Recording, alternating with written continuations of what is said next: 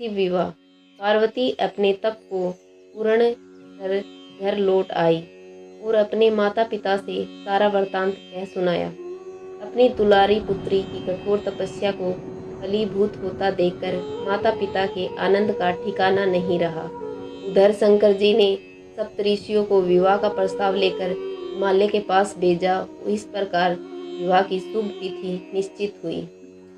सप्तऋषियों द्वारा विवाह की तिथि निश्चित कर दिए जाने के बाद भगवान शंकर ने नारद जी द्वारा सारे देवताओं को विवाह में सम्मिलित होने के लिए आदरपूर्वक निमंत्रित किया और अपने गणों को बारात की तैयारी करने का आदेश दिया। उनके इस आदेश से अत्यंत प्रसन्न होकर गणेश्वर, शंखकरण, एकराक्ष, विकर्त, विशाखा, कपाल, कुंडक, मधुपिंग, परमत, वीरभद्र आदि गणों के अध्यक्ष अपने गणों को साथ लेकर चल पड़े।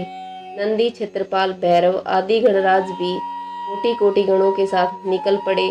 ये सभी 3 नेत्रों वाले थे। सबके मस्तक पर चंद्रमा और गले में नीले चिन्ह थे। सभी ने रुद्राक्ष के आभूषण पहन रखे थे। सभी के शरीर पर उत्तम भस्म पुती हुई थी। इन गणों के साथ शंकर जी के भूत प्रेतों की सेना भी आकर सम्मिलित हो गई।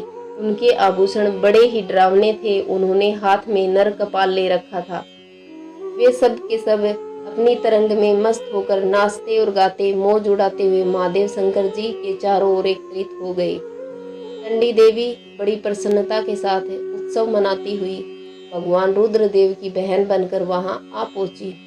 उन्होंने सर्पों के आभूषण पहन रखे थे। वे प्रेत पर बैठकर अपने मस्तक पर सोने का कलश धारण किए हुए थी। धीरे धीरे वहां सारे देवता भी एकत्रित हो गए। उस देव मंडली के बीच में भगवान विष्णु गरुड़ पर विराजमान थे। पितामह ब्रह्मा जी भी उनके पास में मूर्तिमान वेदों, शास्त्रों, पुराणों, आगमों, सनकाद, महासिद्धों, प्रजापतियों, पुत्रों तथा कई परिजनों के साथ उपस्थित थे।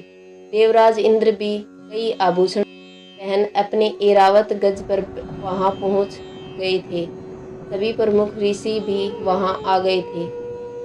नारद जी व श्रेष्ठ गंधर्व तथा किन्नर भी शिव जी की बारात की शोभा बढ़ाने के लिए वहां पहुंच गए थे। उनके साथ ही सभी जगन माताएं, देवकन्याएं, देवियां, पवित्र देवांगनाएं भी वहां आ गई थी। इन सभी के वहां मिलने के बाद भगवान शंकर अपने स्फटिक जैसे उज्ज्वल सुंदर वृषभ पर सवार हुए। दूल्हे के वेश में शिव जी की शोभा निराली ही छटक रही थी। इस दिव्य और विचित्र बारात के प्रस्थान के समय डमरुओं की डमडम, शंख के गंभीर नाद, ऋषियों और महर्षियों के मंत्रोच्चार, यक्षों, किन्नरों, गंधर्वों के सरस गायन और देवांगनाओं के मनमोहक नृत्य और मंगल गीतों की गूंज से तीनों लोक परिव्याप्त हो उठे। उधर हिमालय ने विवाह के लिए बड़ी धूमधाम से तैयारियां की। शुभ लगन में शिव जी की बारात हिमालय के द्वार पर आ गई।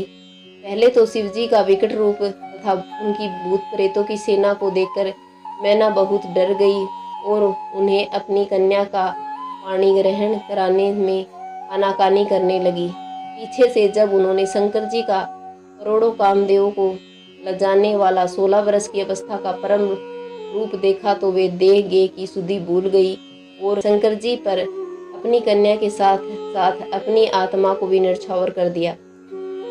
हर गौरी का विवाह आनंद पूर्वक संपन्न हुआ। हिमाचल ने कन्यादान किया। विष्णु भगवान तथा अन्य देव और देव रमणियों ने नाना प्रकार के उपहार भेंट किए। ब्रह्मा जी ने वेदोक्त रीति से विवाह करवाया। सब लोग अमित उत्साह से भरे अपने अपने स्थान को लौट गए। जय भोलेनाथ।